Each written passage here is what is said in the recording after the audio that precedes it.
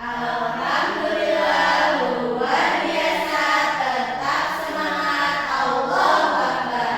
Alhamdulillah. Mari sebelum kita memulai belajar, mari kita berdoa dulu di dalam hati kita. Berdoa.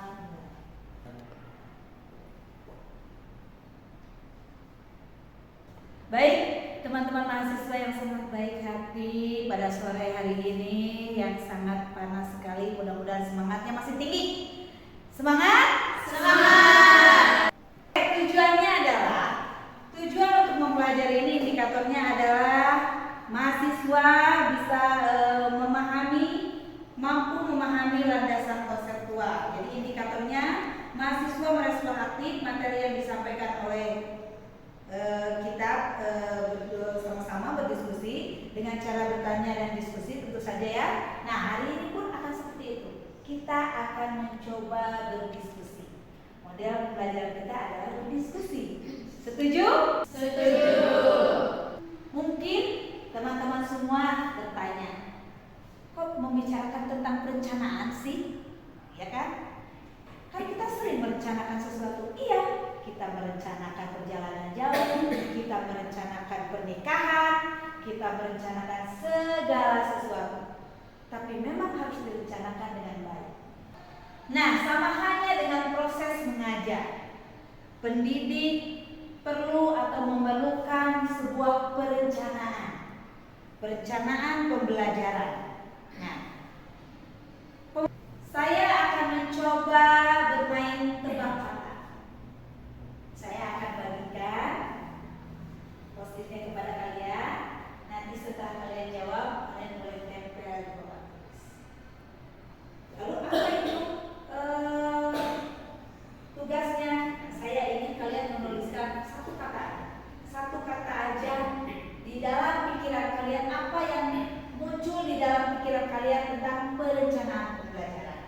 Ya, silakan. Sini ada post-it.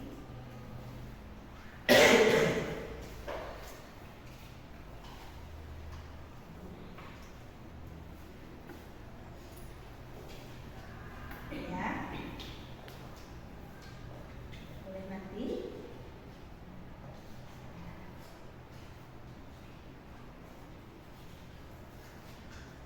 Silahkan. Oke. Ibu kasih waktu kalian 2 menit. Bagaimana? Sudah? Sudah. Baik, kalau sudah selesai, silakan kalian tempel dan kalian boleh melihat jawaban teman kalian sambil membaca-baca. Silakan.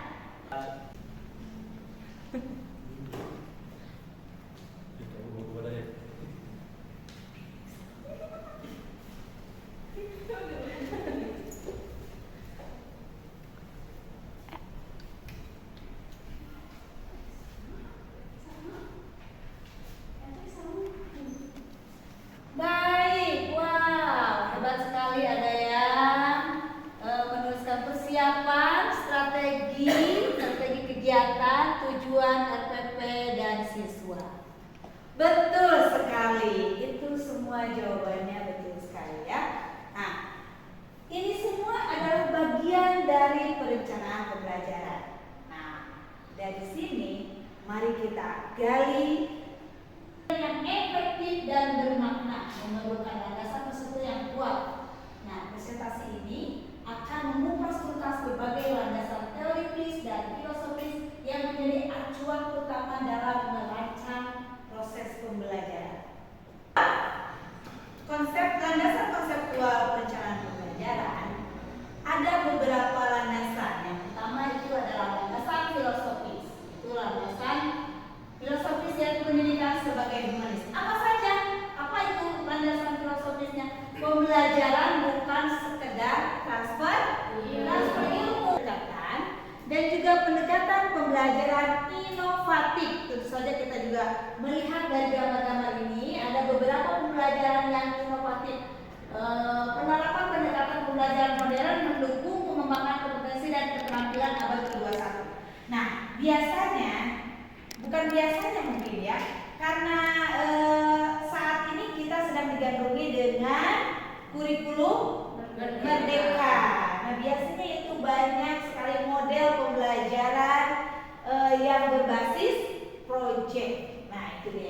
biasanya itu selalu ada mengarah ke kreativitas, ya, kreativitas fisiomotorik, ya itu.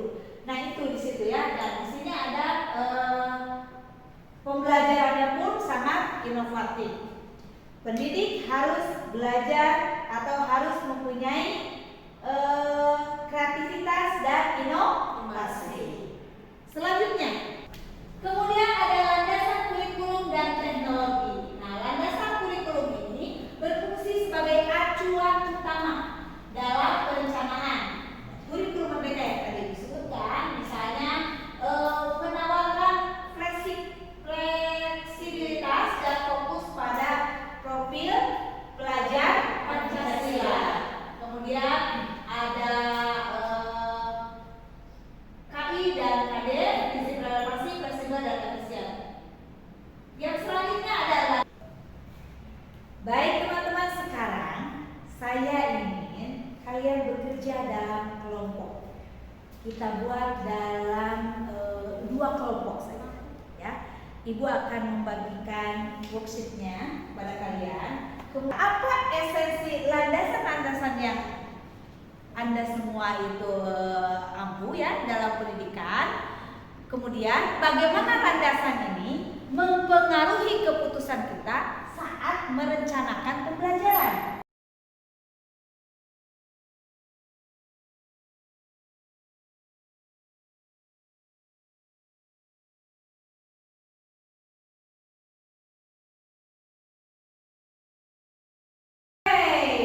Sudah selesai?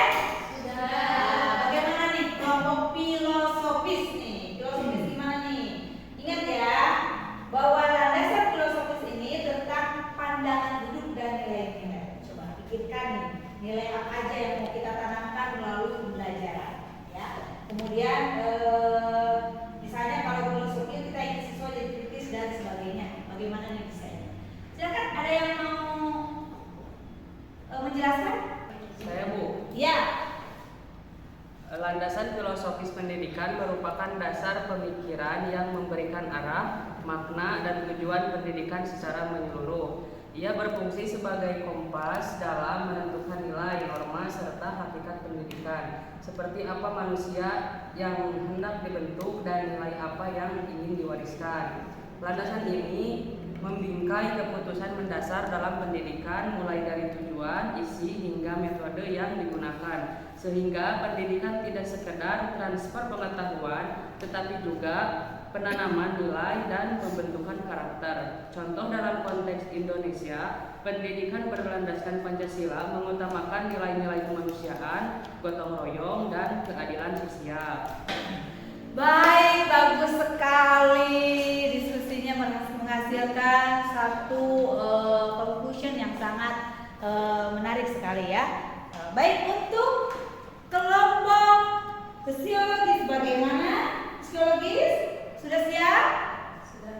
Oke, silahkan.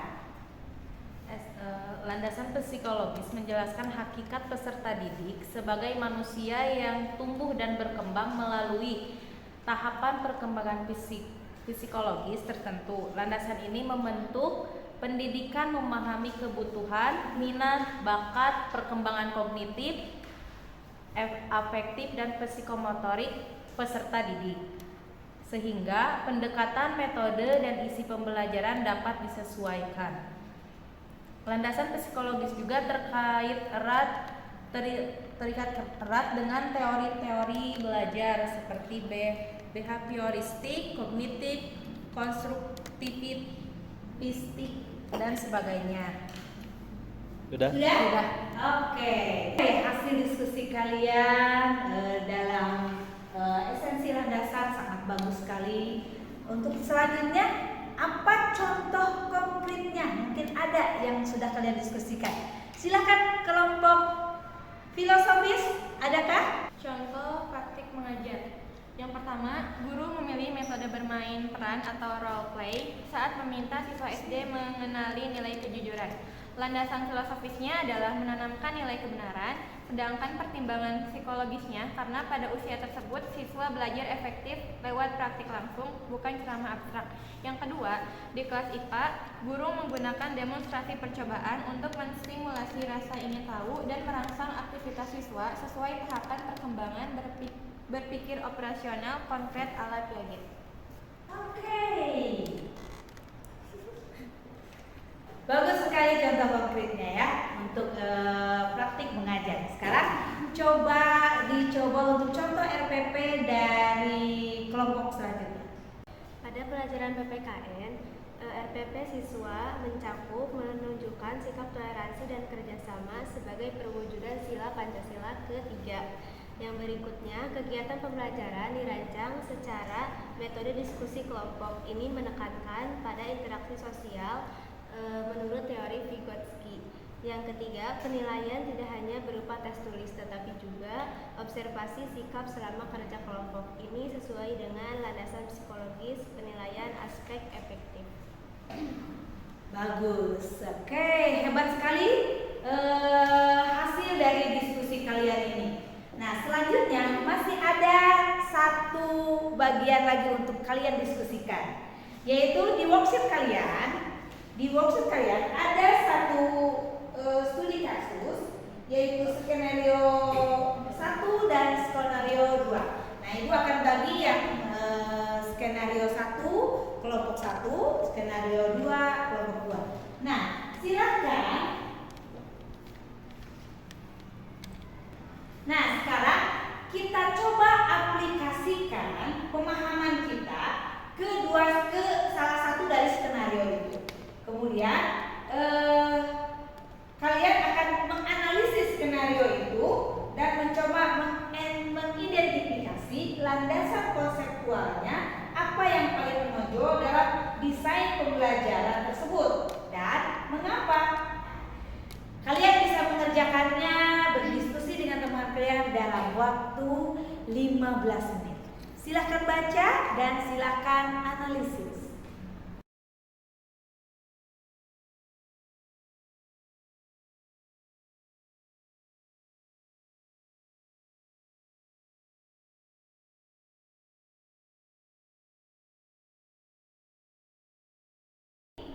Apa satu hal baru yang paling kalian dapatkan dan bagaimana pemahaman tentang landasan konseptual ini mempengaruhi cara mengajar dan belajar kalian.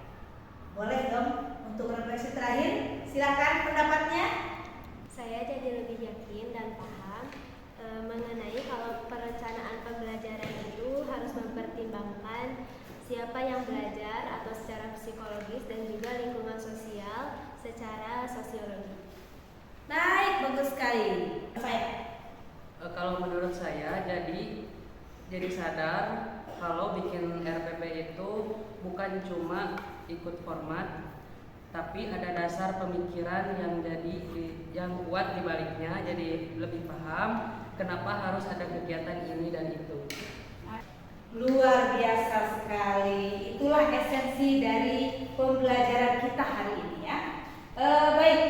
Perencanaan pembelajaran bukanlah hanya sekedar administrasi saja ya, juga melainkan sebuah proses berpikir yang mendalam didasari oleh berbagai landasan konseptual. Ini akan menjadi bekal yang penting buat kalian ya. Nanti sampai jumpa lagi bersama saya Neng Erna Hasana di mata kuliah perencanaan pembelajaran semester 3. Wassalamualaikum